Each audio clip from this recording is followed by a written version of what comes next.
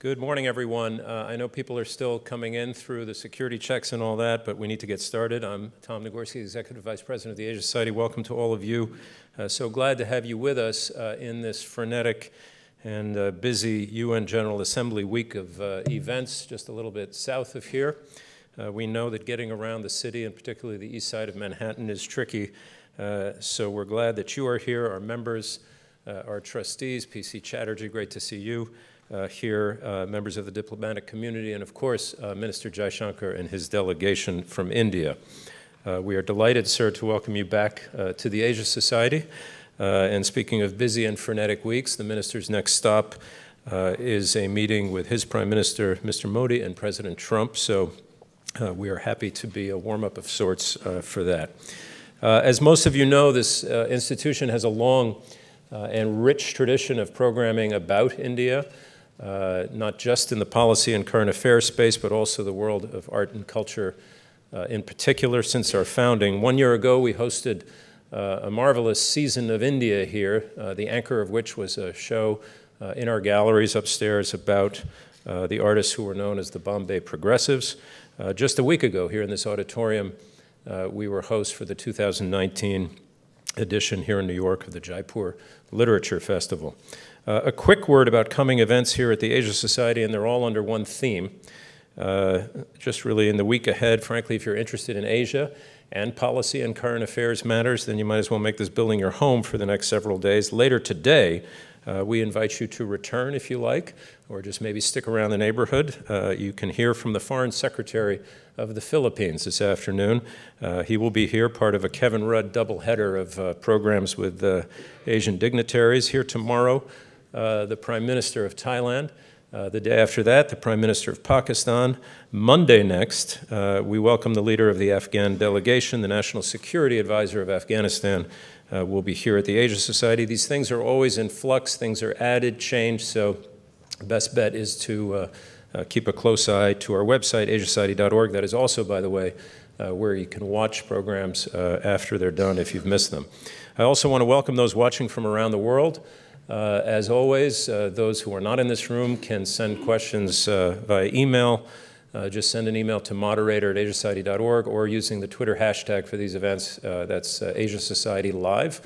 You can tweet a question to us, and we'll get that up here to the moderator. Our special guest this morning is a long-standing and deeply respected diplomat, 4 decades in the Indian Foreign Service. Among the postings he has held, ambassador to China, ambassador to the United States. He was posted here in 2014 and 2015 and took up the post of Minister of External Affairs in May. We like to share something a little different in the introduction, and Minister, I didn't check this with you, but I'll go with it anyhow. Something not found in the bios here. Minister Jaishankar is proficient in no fewer than 7 languages. Do I have that right? He just went like this, but okay. Hungarian is listed among them. And as I do not need to tell this audience, the minister comes to New York and to the Asia Society at a moment that is fraught with great tension in South Asia. The dispute in Kashmir is, of course, not a new one, but the situation in that area is as tense as it's been in a long time. This morning, the minister will deliver remarks and then be joined on the stage by the gentleman I just mentioned, President of the Asia Society Policy Institute, Kevin Rudd, formerly Prime Minister and Foreign Minister of Australia. For now, please join me in welcoming from India, Minister for External Affairs, Subrahmanyam Jaishankar.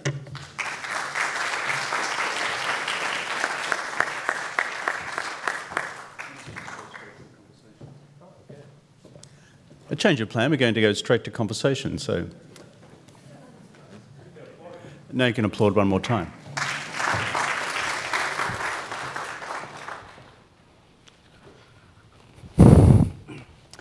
Well, welcome to our place. Thank you. Good to have you. Minister, I've called you many things over the years, but Minister is this is my first public occasion to address you as such.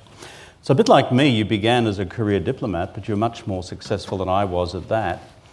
But then I went over to the dark side and went into politics, and now you've done the same. What's it like? Different. I guess It's something you would know. I'm still learning, in a sense, on the job. It's being, in our case, being a minister is also being a member of parliament, attending parliament. That has its own discipline, its own culture, in a way. You're obviously a much more public person in every sense of the term. I guess in an interesting way professionally, even if you are, I was the sort of the senior most civil servant in the foreign ministry before, but there was always that comfort of having the minister above you. So when you actually are now the minister, your own horizons widen, your sense of, the buck stopping with you also grows. So it's a different feeling. It's a qualitatively different world. How are you getting on with the party whips in the Indian upper house? The whips govern your life or death in Parliament. So. Well, we have a relatively narrow working majority, I won't say working majority because we actually don't have a majority in the upper house. So it's important that you're there for all the important, for the critical legislation. And you have to balance that with your diplomatic responsibilities. And sometimes, frankly, you have to pass up some, you have to prioritize. I, for example, could not make it for the BRICS foreign ministers meeting because we had some very important bills coming up at that time. But I'm a conscientious member. I'm always there for the vote. Have you missed any votes yet? No. Not 10 out of 10 for the minister. Well, except for the ones when I was out. But that's good. Well, whips govern your life. Does your BJP whip have a sense of humour? Let's put it this way: we haven't tested all that yet. These things lie ahead of you, Minister. That's all I can say. But it must be operationally an interesting challenge if you're the foreign minister in particular, and you've got a rolling series of international challenges. India's an important country, so you've got people rolling in the door to Delhi all the time. And then you're in the upper house with this wafer-thin parliamentary situation. So I would encourage your whip to adopt a generous, human approach to the demands of the minister. I'm sure you'll be urging him to do the same. You're here in New York. It's General Assembly Week. What's the core message this week for the Indian government that you and Prime Minister Modi are seeking to deliver to the international community? Well, I think the big issue before the world and before the United Nations right now is how we're all going to deliver or not on the Sustainable Development Goals. This, in a sense, I say this, this is an analytical observation. I think whether the world would be successful in achieving SDG targets would be dependent on whether India would be successful, because our numbers are so big here. If you see what's happened in the last 5 years, actually a lot of the changes in India are led by national campaigns, very often directly, personally pushed by the Prime Minister. Campaigns about gender, closing the gender gap, education. Campaigns about digital connectivity, about cleanliness, about sanitation, about urbanization, about education, about skills. So you've had actually a range of these initiatives. Now, these are not just slogans. If you look at the raw numbers, for example, there was a push to get people really poor people to open bank accounts. Okay, they open up 300 million bank accounts. But more important, in those 5 years, actually $60 billion went into those 300 million bank accounts. They push for microfinance. Microfinance, particularly with a bias towards women. 75% of the users were women. They got 260 million microfinance accounts opened up. If you look at rural housing, last 5 years, about close to 18 million rural homes. Gas connections, because Indian women very heavily use firewood, and firewood is a killer. I mean, literally, it's a killer. It's like smoking multiple packs of cigarettes a day. They've got close to 100 million, 96 million new users of cooking gas who were enabled by the fact that he could appeal to people like me to give up our cooking gas connections, which we were getting at subsidized rates. So these are all, sort of what's shifting in India. The story on girls' education, and which interestingly is linked to building of toilets, because girls didn't go to school because often there were no toilets in school. So if you got about 100 million toilets built, you also had an impact on many millions of girls going to school. And the moment you do something like school going, you're actually raising awareness, you are delaying marriage, marriage dates, I mean ages in a way. You are improving health, you're also making people aware of the fact that they need to space out their kids. That has consequences, the demographic consequences, it has health consequences. So all of that is happening, and I think in a sense, when I look at governance at home, I sit in cabinet meetings where, typically foreign policy is a very small element of it. The bulk of what I hear there is actually SDG at work. And I think some of those messages will actually come throughout here. Yeah, for my sins, I'm chairman of Sanitation and Water for All, which is I'm aware of that. So we're responsible globally as the civil society organisation for Sustainable Development Goal number 6. So the proof point of what you just said is, we'll succeed in SDG 6 if you succeed in India. It's pretty simple.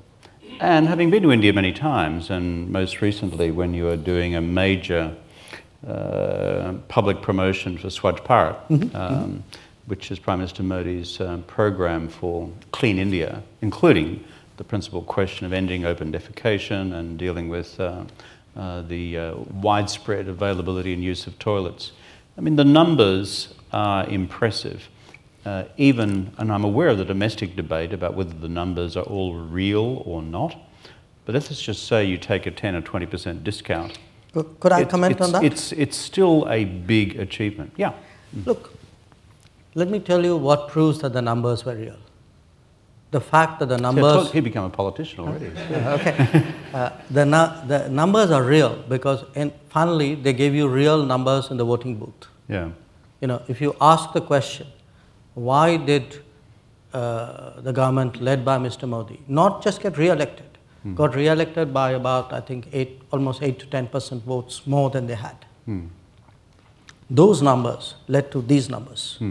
So there's a direct connection between what we delivered on the ground in the last 5 years and what was the voter behavior. Because if you ask people, so why did you, because you know the speculation, there were people who said with great confidence that the numbers would drop. Yeah. Okay. And the last time I was here in Asia Society, we were having those conversations. Not in public, but we were. But I think the reason why the numbers went up, and in any democratic exercise, if in one term your numbers go up, your voter base increases by about 10%. It's a remarkable achievement. And I think the reasons for that were twofold. The primary reason was that on the ground, people saw change. Typically, at least in India, where voters can be very impatient, you are elected with a lot of hope, then 5 years down the road, there's impatience on the part of the voter. Yeah. But I think 5 years down the road, clearly they believed that Mr. Modi was still the best harbinger of change, and probably now implementer of change. And the other, of course, was the national security side. I think they just felt it was a safer pair of hands. So your overall argument about the outcome of the May elections was that 5 years ago he actually triggered a significant, let's call it, set of social revolutions against the list that you just referred to before, which are also consistent with global development goals. And that actually has expanded the constituency for the BJP. Yes. I think it's also that 5 years ago, people looked at his record in Gujarat and hoped that, this would, the developmental progress would kind of achieve national scale. I think that was the 2014 voting behavior.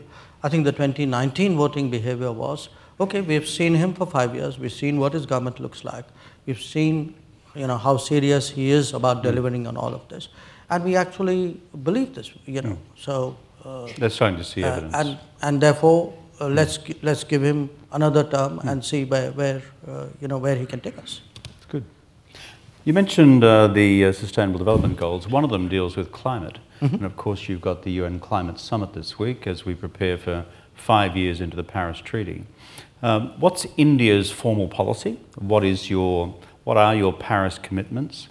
Are you meeting them, and will you be expanding on those commitments between now and 2030? Well, look, my first point I'd make is that there's a big attitudinal shift, okay, on climate change, and in India. In India, okay, till a few years ago, people looked at climate change as something that was growing awareness, but it was also looked at as an international negotiation. Yeah. This was all about, because Kyoto kind of captured the whole climate change issue. And you know the story of Kyoto. You know the promises made and the promises not kept. So the difference between Kyoto and Paris was that, and there was a transition through Copenhagen in between. The difference, yes, I wasn't, but I got some graphic accounts of things which happened there. But I think I had a fight with the Indians. But at Paris, I think the difference was that we took the view that, look, if it is really existential, then you can't say on the one hand it's existential, but it's subject to kind of nitty-gritty of bargaining. And I think we decided that we would actually take the lead on addressing the climate change challenges. I saw actually, how much the Prime Minister was involved in actually structuring the compromises which led to Paris. We used to be traveling and on the phone taking calls all the time. I think a lot of our views and positions influenced the G77, definitely. But what we did actually outside the Paris conference was, to my mind, the more important outcome for us and for the world, which was decided we take the lead on advocating and implementing the spread of solar energy. And we unveiled what was actually the most ambitious solar program to date. We started something called the International Solar Alliance, which has spectacularly taken off. Today, we have a very ambitious, the target was 175 gigawatts. We are on our way to meeting that. We've also, much of our development assistance in Africa, in Caribbean, in Pacific Islands is geared around providing solar projects. In fact, on my way here, I saw a very interesting analysis by the Climate Action Tracker, which you're familiar with it. And what the analysis said was that there were 2 countries who actually exceeded their nationally determined contributions. One is Morocco. I forget who was the other one. There were 5 countries who have delivered on it with the 2 degree as meeting the 2 degree benchmark. And the 5 countries are Bhutan, which is not a surprise, Costa Rica, Ethiopia, Philippines, and India. So actually, when it comes to delivering on Paris commitments, frankly, it appears from what I read, I haven't discussed it with my own colleagues who deal with climate change, but from what I can gather, actually it seems we're doing better than much of Europe and a lot of other countries. Well, it's a bit like everything else. Your success on climate, and frankly, China's success on climate, very much will determine the future of the world. Prime Minister Modi's leadership domestically as well as globally on this will be crucial in the period ahead. You're here in the United States. I watched Howdy Modi and thought... You and a few million others? But yeah, I thought it was kind of fun. It's sort of, not quite sure if it reminded me of Deng Xiaoping wearing a Stetson back in the late 70s, but this struck me as interesting in terms of the evolving Modi-Trump relationship. Personally, I could think of no two more dissimilar personalities than Narendra Modi and Donald Trump. These are like chalk and cheese. These are just completely different people. But, my friend, it seems to be working. So what's the actual substance of this relationship? What are its principal opportunities and tensions right now? Can you navigate it through to, obviously, the end of next year? And if there's a Trump re-elect beyond that? Well, look, where the Houston event was concerned, I mean, I regard it in many ways really as a tribute to the Indian American community. That you had, their ability today to organize themselves, to motivate themselves, to do an event of this scale. I mean, they had 50,000 people in the stadium and I don't know how many people outside the stadium. And this is not the first time. I mean, it started in Madison Square Gardens 5 years ago. I remember. Then we did something a little bigger at San Jose the next year. So this is the third time, and they've grown in scale. Now, the fact that they can do this speaks in many ways of some of the strengths of our relationship with the United States, and those are structural strengths. I mean, it shows today that the US is still, in many ways, a land of equal opportunity for, certainly, that's how many Indian Americans would feel. And that they have really, and it was a very bipartisan event. I mean, while President Trump obviously got a lot of the attention, but he was preceded on the stage by the majority leader, Steny Hoyer. So again, that speaks of the political bandwidth of the Indian American community. So we do see the community today as one of the key pillars of the relationship and one of the many factors which have created a new paradigm between India and the United States, which has evolved over the last 20 years. There are other factors as well, business factors, geopolitical factors. But in regard to the President and the Prime Minister, look, I've saw them the first time when they met in Washington in 2017. And sometimes even if people are not the same, they hit it off. But it's very visible that they, when they meet, that they bond well. When you ask, saying, okay, where is this going? I think one difference for us in India, Indians themselves are very adjustable people by nature. It's part of our DNA. Secondly, Prime Minister Modi is a very outgoing person. So if it's you and me and we are very different, he kind of shifts gears and responds to you in a way in which it works with you, and with me in a way in which it works with me. So you've had two very different presidents, Obama and Trump, back to back. But he's actually That's probably the understatement of the morning. Yes. But he's had very warm, cordial, personal. He had a great relationship with Barack. With both of them. But it's also, there's a larger issue here, which is, remember, we are not, we don't have the history with the United States and with American leaders, which many other countries do. So because we don't have that history, when there is change, we don't have those anxieties.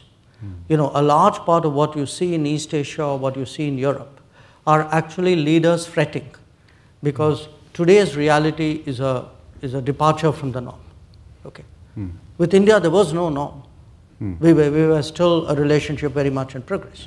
So for us, okay, there's one more adjustment to be made.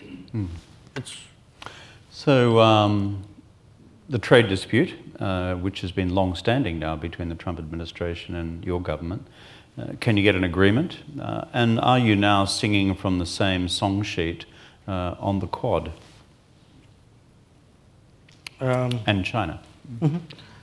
On the trade arguments, not disputes, because I think, you know, there is a lot of backing and forthing on those issues.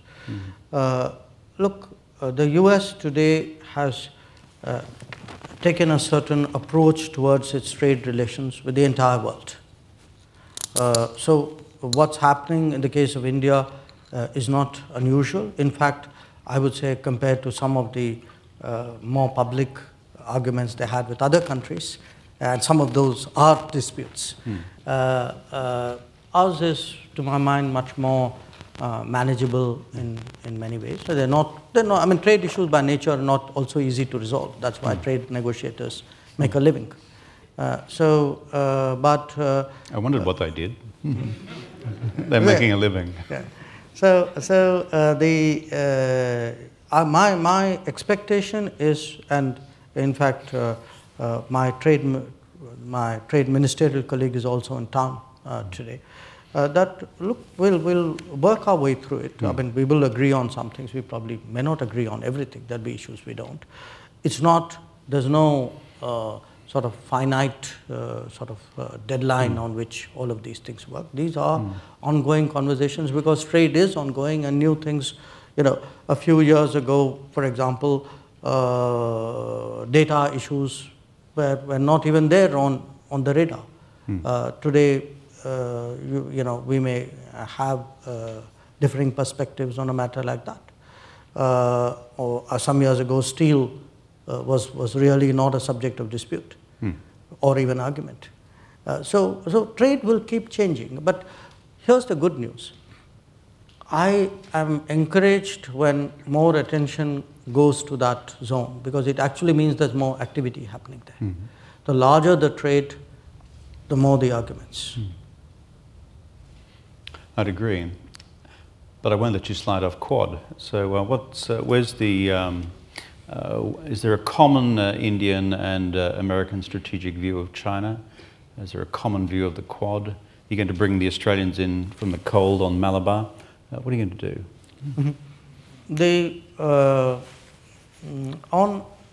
You know, my sense is big countries, perhaps more than big countries, maybe all countries today, won't have common score sheets. I think everybody would have their own lyrics and their own tunes, but there would be notes that they would strike together, and occasionally it would be cacophonic and sometimes seem like an orchestra. So you're a composer. Tell me how you would write the score. No, I think we are moving to a world of convergences where a lot of it would be situational, a lot of it would be issue-based, a lot of it would be regional. I mean, we may agree in Indo-Pacific, but we may not agree in the Gulf. I do think we are looking at much more complicated, differentiated relationships today, rather than clean-cut. You know, you're with me, you're not, you're ally, you're not. We are allies. We have a common unified position. I don't think we are anymore into the unified positions world. I think we've just moved away from that.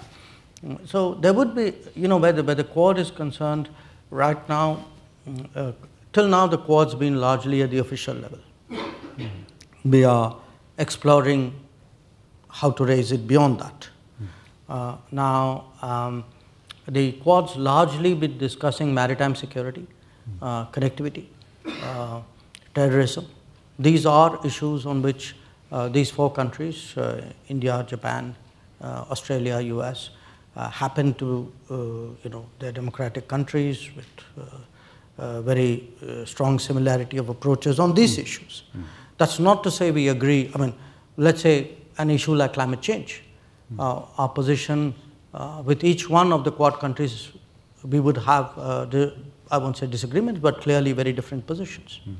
So it would very much dependent on the issue and the partner concerned. Good. That brings us to the elephant in the room, China, a country next door to you. You've spent a bit of time there. Let me start by opening it up on what the government of India has done most recently on Kashmir. This is a very significant decision from Delhi. Perhaps you could explain to our gathering here what is the Indian government seeking to achieve? How do you think both Pakistan and China are responding, and where to from here? The one sentence answer to that is read today's Financial Times. It has an op-ed by me, and don't look at the picture. Okay. So that's my one sentence answer, but I'll give you the longer answer. They always choose photographs to make the subject feel uncomfortable. Apparently, those are well-developed skills. That's right. So all I'd say, Jai, is get used to it. Yeah. So you have to sort of walk back a bit on Kashmir. Look, the first point which people should appreciate is that the provision in the Constitution which gave Kashmir a different status was a temporary provision. Now, here's the funny thing. You rarely read that in the international press. And when I say it's a temporary provision, don't take my word for it. Google the Constitution of India. It's written out there. The word temporary is out there on the heading of the segment as well as the article in question. Now, I think I know you're Australian, but we agree on what the word temporary means. It means something comes to an end. After 70 years, it came to an end. And 70 years is a decent definition of the word temporary. So what will now change? So let me come to why it changed. Okay. Now, what happened was, at the time when Kashmir joined India, as did about 560 other princely states, Kashmir was unique. One, it was a border state. Two, it was under attack as it was negotiating its accession from Pakistan. So the sense in the Constituent Assembly was that we need to, cut them some slack, give them some more different terms. In and the give Indian Constituent Assembly Yes. of 1947-48. Yes, right. In which, by the way, the Kashmiri representatives joined in. So the sense was that, okay, these guys are coming under different circumstances. So let's give them, in a sense, a different terms for alignment, give them more time and space to do that. Now, over a period of time, what happened was the integration of the state of Jammu and Kashmir with the rest of India proceeded much more gradually than did all the other princely states. It came through a series of presidential orders which were provided for by this temporary provision. So there are in the last 70 years about 54 of these presidential orders. Now, in the around late 80s, as the first Afghan war came to an end, we saw a spiking of terrorism in Kashmir, cross-border terrorism, people coming from across the line of control. Now, they created a sort of intimidatory effect on the polity. And so the entire alignment process actually slowed down. So if you actually track those presidential proclamations, you get much more in the 50s, 60s, 70s, 80s than you do thereafter. Now, what did it mean on the ground? What it meant on the ground was that because you had a provision which said there'd be essentially local ownership of property, there were no investments from outside. A lot of the change, the economic changes you see in the rest of India, the businesses that you see, Kashmir by. they passed Kashmir. Okay. Now, so what was meant to actually help Kashmir ended up in a way as, you know, the bridge became a barrier in a way. Now,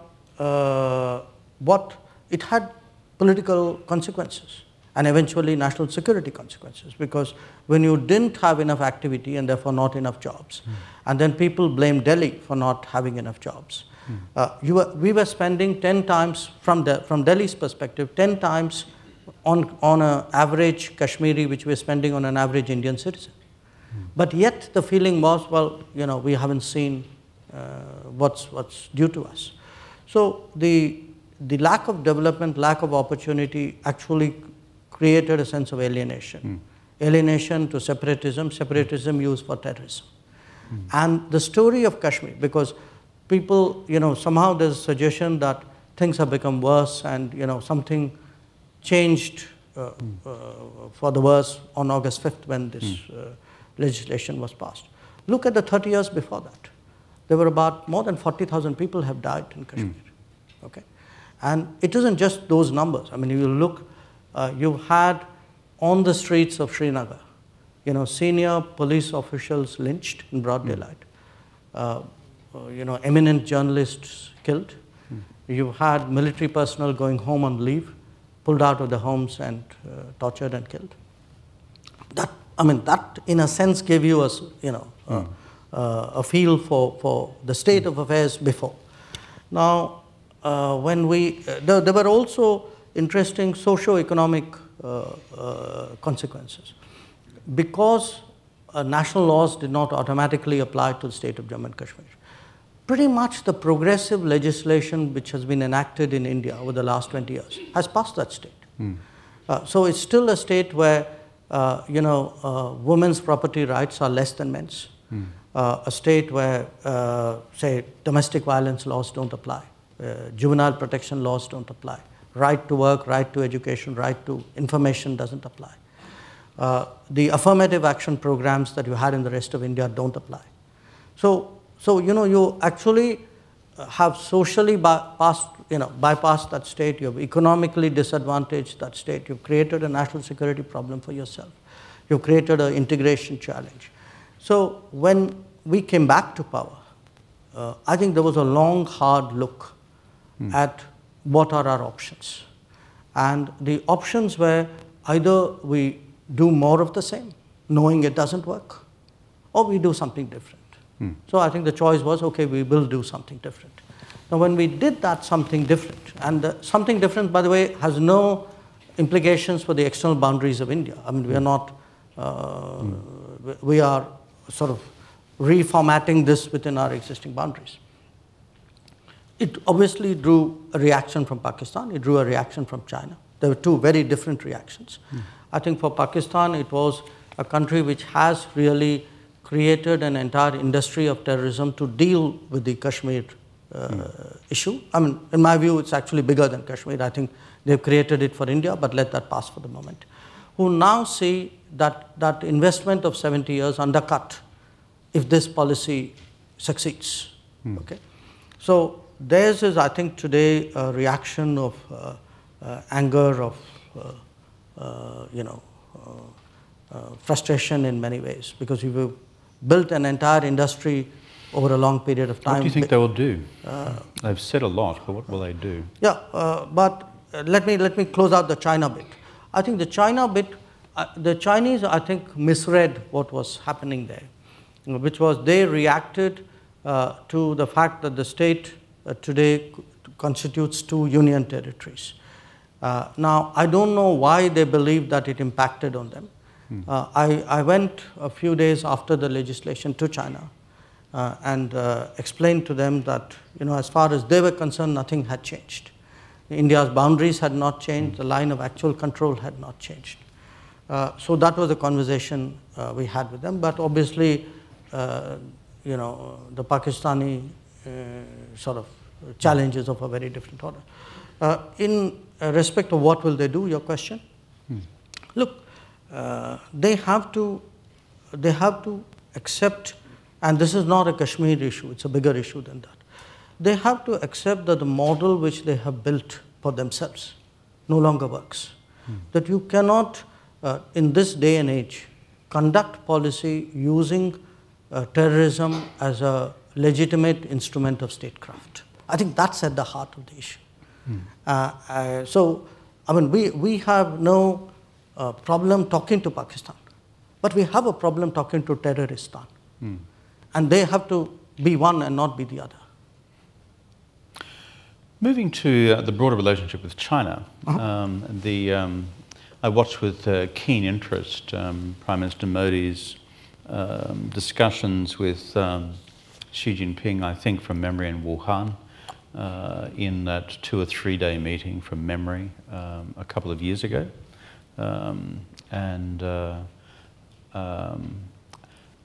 What sort of framework did that lay out for the future of the India-China relationship? And what do you now see as its prospects? India still, for example, is not party to One Belt, One Road. You have geopolitical reservations against aspects of it. But on the broader economic front, the broader national security front, and of course the long-standing question of the border, what's your approach to the future of that relationship? You know, the Wuhan meeting, to my mind, was a very good thing.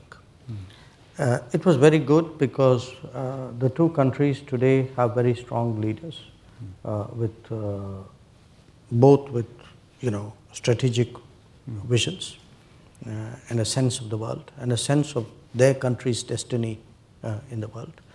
And to my mind, the real benefit of Wuhan was the fact that the two of them, President Xi and Prime Minister Modi, could actually spend time they just were the two of them. If you look at the pictures, the two of them and the interpreters. Okay. So now you know a lot of the way by which business is done in China it's very choreographed. It's very choreographed. Yeah. So, you know, we meet on these long tables and, you know, we give our principle, their talking points, and they give theirs, and they kind of exchange those in a way. Now, these were real conversations. They were real freewheeling conversations with no agreed agenda. I think, to my mind, that's an extremely important, very significant development. Because, look, what we do know, I mean, we can debate the pace and the complexity of that process, but it's a given today that, you know, China will be among the key global powers of our era, and, you know, India in its own way will be too, perhaps at a different pace and a different timeline. So if these two powers in the next 20, 30 years are going to have such an important role, then we need to start preparing for that. And we need to start preparing for that by encouraging an equilibrium between these two powers. Because their relationship with the world is shifting, but the relationship with each other will also be very dynamic. Because neither of them is really static. Static at home or static in relationship with the rest of the world. So, and then to do that, you need to have those open conversations. Conversations about the world, conversations about your country, conversations about politics. So don't hold back. So I think that's what we saw at Wuhan. Our hope is that we will see a repeat of that in the not too distant future. And personally, as someone who's grappled with this challenge on the field, I'm very pleased that we have reached this stage. And now, having said that, look, these are not negotiating sessions. So when some of the observations you made that, you know, you have a boundary problem and, you know, we have our viewpoint on Belt and Road. Yes, of course we do.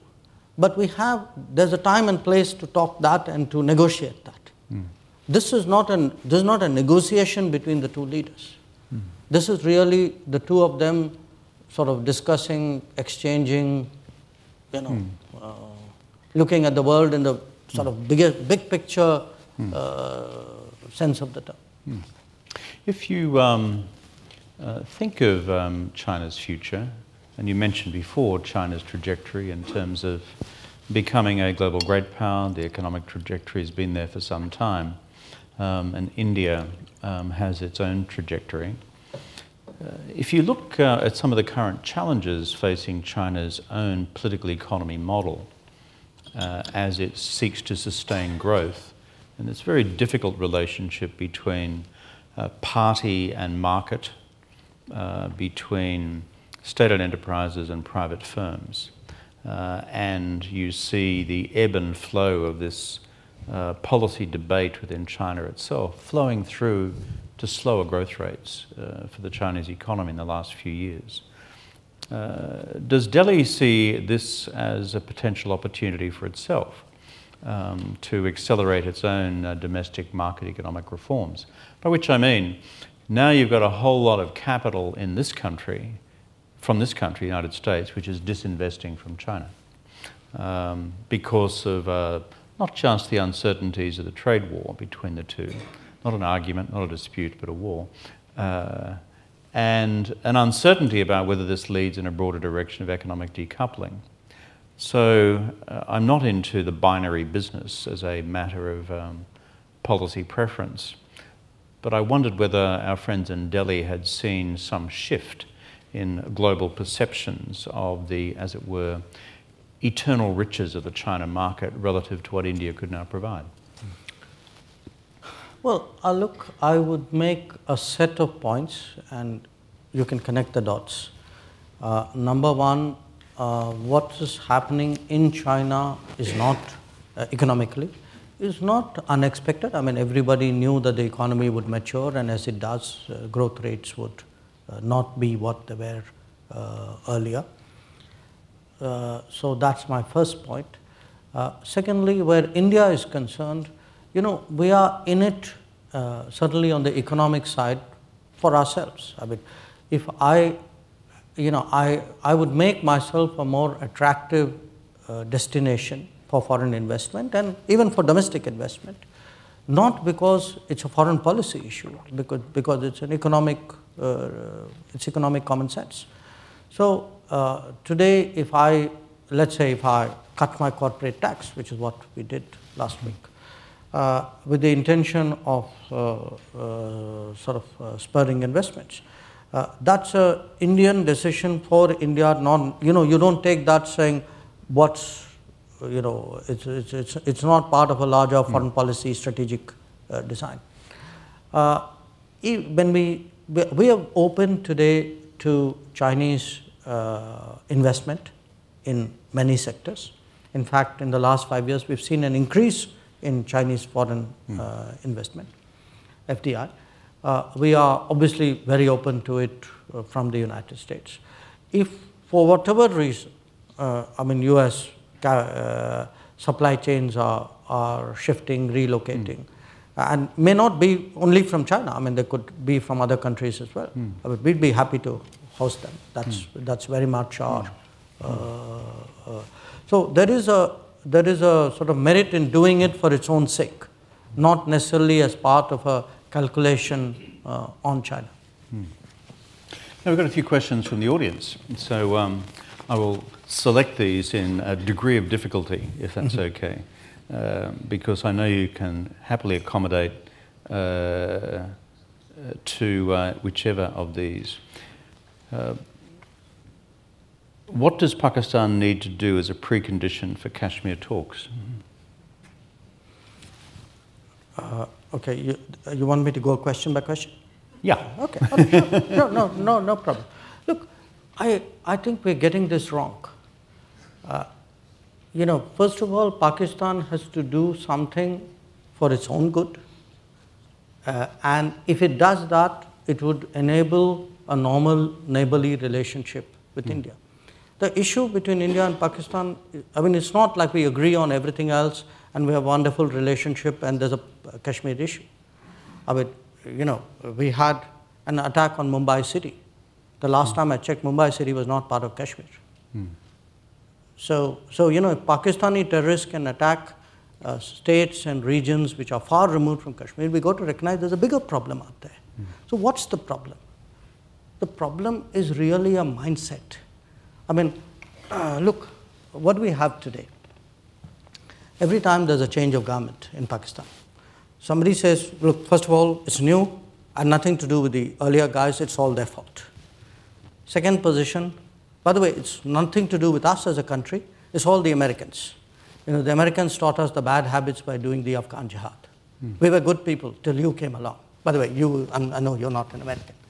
That's true. So the point is, there is a fundamental issue there which they need to understand. And we need to encourage them to do. And that is to move away from terrorism. And it's not, it's not, at one level, it's a huge issue. At one level, it's a very obvious issue. I mean, these are not activities which are subterranean. These are activities in broad daylight. So they know where the camps are. I mean, anybody knows where the camps are. Just Google them, you'll find them. Which leads to another question from the audience, which is, what's the first question we at the Asia Society should ask Imran Khan when he comes here to speak on Friday? You don't need the answer to that.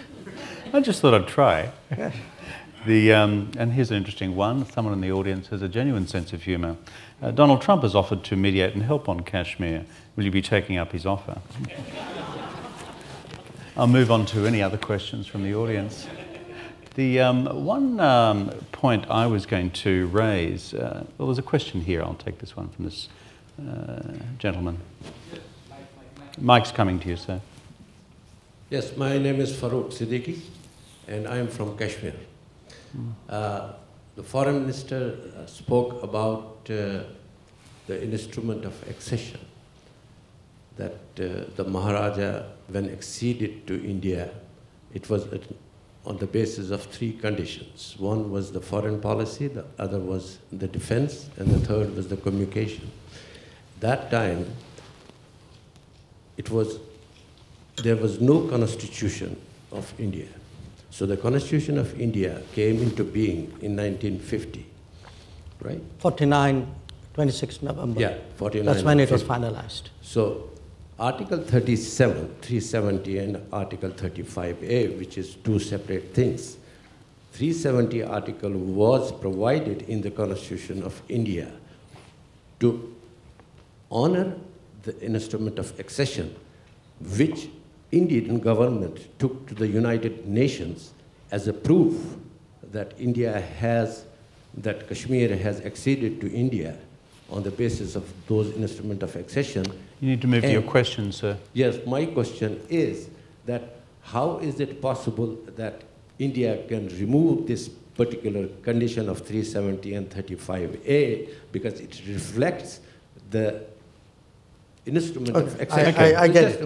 Let me complete the question. No, I think we got the question, yes, sir, and I think we'll move to the answer. The question is that once Article 370 is removed, that means India's relationship with Kashmir is over. And what is there is 800,000 army. I think we've got the question, so sir, and I think I'm going to take the microphone from you. Good. Okay. I'm actually chairing the meeting, not you. Thank you. So let me give a short, clear answer to the questions there. I think there are two misconceptions.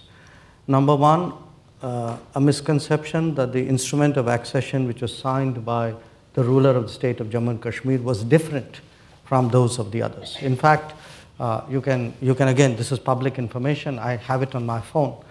If you look at the instrument of accession, and remember the British bureaucracy at that time was very strong and had impacted all of us. Everybody, all the princely states got exactly the same document to sign. This document was typed up. It had a blank for the name of the ruler, a blank for the name of the state, a blank for the date, and a blank because Lord Mountbatten of Burma wanted to sign his full name in a fountain pen by himself. Otherwise, 520 times. yeah. Otherwise, every one of these instruments of accession were exactly the same. All of them began by saying that we are now acceding and handing over powers related to foreign affairs, defense, and communications to the Union of India.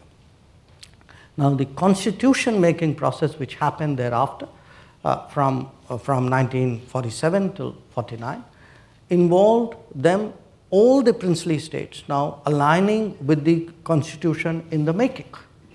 Now, as I explained, in the case of Jammu and Kashmir, the sentiment in the Constituent Assembly with Kashmiri participation was that they needed more time to do that alignment, which is why you had, as I said, a provision with the word temporary written on it, on the title of it and on the text of the article. Now, the gentleman raised the issue that, 370, when it was a temporary article, that's your relationship with the state of Kashmir. Actually, it's not. There is an article in the Constitution, Article 1, which actually lists out all the constituent parts of India. So the relationship is not based on article. It cannot be based on a temporary article. It obviously has to be based on a permanent article. So I think there are two factual inaccuracies or misunderstandings of the Constitution of India. Take my word for it. I've read it many times. I'm a student of political science as well.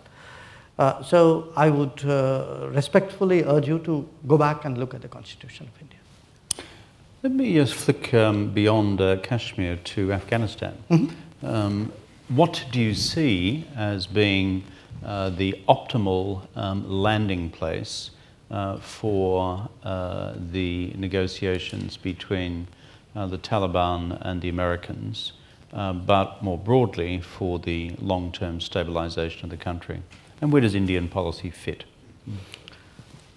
Look, I think this is today one of the big vexing questions in our part of the world. And I must tell you on this trip, it is an issue which I would be talking to a number of people. Yesterday I met Ambassador Khalilzad. I also had a meeting with the Iranian Foreign Minister Javed Zarif. And I'm going from here on to Washington, so I expect to discuss it with Secretary Pompeo as well. And with many others who are here. I met many of the Central Asians yesterday, Tajikistan, Uzbekistan. And everybody really has a common set of concerns, anxieties, interests on this issue. At one level, we understand the compulsions on the United States. 18 years is a long time to be fighting a war. And actually, frankly, I take my hats off to the United States that it had the durability and the persistence and the commitment and the fortitude to do that for so long. So it's apparent that this is going to change. Okay. The question which we need to answer is how much changes, in what way, what are the consequences of those changes. Now, some of that is what has been negotiated between the American negotiators and the Taliban, and whatever is happening with the government in the Afghan government, the elected Afghan government in Kabul. We know different countries have also been involved, some of them in this process. Our point of view is this: recognizing the compulsions of this change, we do think that many of the achievements of the last 18 years, and for which so many countries have fought, shed blood, spent money, those achievements should not be lost in the process. So whatever the outcomes, whatever the likely direction in which Afghanistan is going, it must be such that these are not jeopardized by what could be agreed upon. We ourselves, we've had a very strong history of development assistance there. In terms of delivery of projects, we've been really among the better deliverers. Whether you look at bringing electricity to Kabul city or building a dam in Herat province or doing health clinics, radio stations, schools, building a road through western Afghanistan. We've done a lot of that. But obviously now we'll have to see the larger direction which is going. But our preference, obviously, our interests are that the gains of the last 18 years should not be jeopardized. A country which Prime Minister Modi has placed particular attention on, and one which you have obvious connections with and an interest in, I presume Japanese is one of your 7 languages, is of course Tokyo. And Abe-san and Modi-san have what appears to the rest of us to be a strong working relationship. If you were to try for this audience to explain where do you see the strategic significance of your relationship with Japan heading over the next 5 years, give us some sense of the texture of that. Well, first of all, I must tell you that reports of my linguistic skills are vastly exaggerated, as much as rumors of my tact and diplomatic abilities. So, having got that disclaimer out of the way, look, do you speak Australian as well as English? I'm working on that. I'm taking lessons. I watch cricket to understand Australia. It was good winning the Ashes, but I won't dwell on that. The English, they deserved it. You notice I'm not contradicting you. No, that's right. We have our own shared colonial past in a strange way. So. But but coming to Japan, look, I do think it's really a very, at the moment, a very under analyzed, or shall I say, a relationship that hasn't got the prominence that it should. Maybe it's all for the good, because it's still a stage where this relationship is growing. And we see, Asia is changing, the world is changing, Asia is changing. And probably these changes would be better if we saw, in many ways, a greater Japanese participation in international affairs. Because if our declared objective is a multipolar world, to my mind, its prerequisite is a multipolar Asia. And if you're talking of a multipolar Asia, obviously one of the natural poles, one of them, is Japan. Now, how much the Japanese do and what they do and how they do, these are for them to decide. But we have seen much greater interest on their part in participating in security-related conversations, political conversations. We work with them in the Quad. We actually have a trilateral with Japan and America, which completely coincidentally is called J. We work with them on the reform of the UN Security Council. We have a G4, we'll be meeting this week at the foreign ministers level. So, but the Japanese also have been much more active in investing in India, in collaborating with us on connectivity initiatives, in looking at a range of global issues. So, I was in Japan 20 years ago. Okay, they were much more reticent about their own potential and their. It's been a big change in Tokyo. And I think those changes are good. It's not for me to say whether they're good for Japan. I think they are, but that's for them to decide. But they're certainly good for India. Let me sort of try to begin to draw this conversation to a close, because I know you've got to go off and see the Donald, and that'll be a fun meeting. But India and the future of global trade. Rightly or wrongly, India has been criticised in the past for being excessively protectionist, for not being a, shall we say, full and open participant in global trade negotiations, the particular role which India played in the destiny of the Doha round. But let's not revisit history. Looking to the future and the opening of markets within the wider Indo-Pacific region, give me your sense of where RCEP goes, give me your sense of where broader Indian policy on trade goes, and let me challenge you on the question of Indian accession to APEC and where you would like to see your country go on that one. Mm-hmm. Well, look, my understanding of the RCEP negotiations, the ministers met earlier this month in Bangkok. I think it's very advanced. The key point that we make is that, I mean, one which I make as a foreign minister is that RCEP is a trade agreement and its merits and demerits must be weighed on the scale of trade.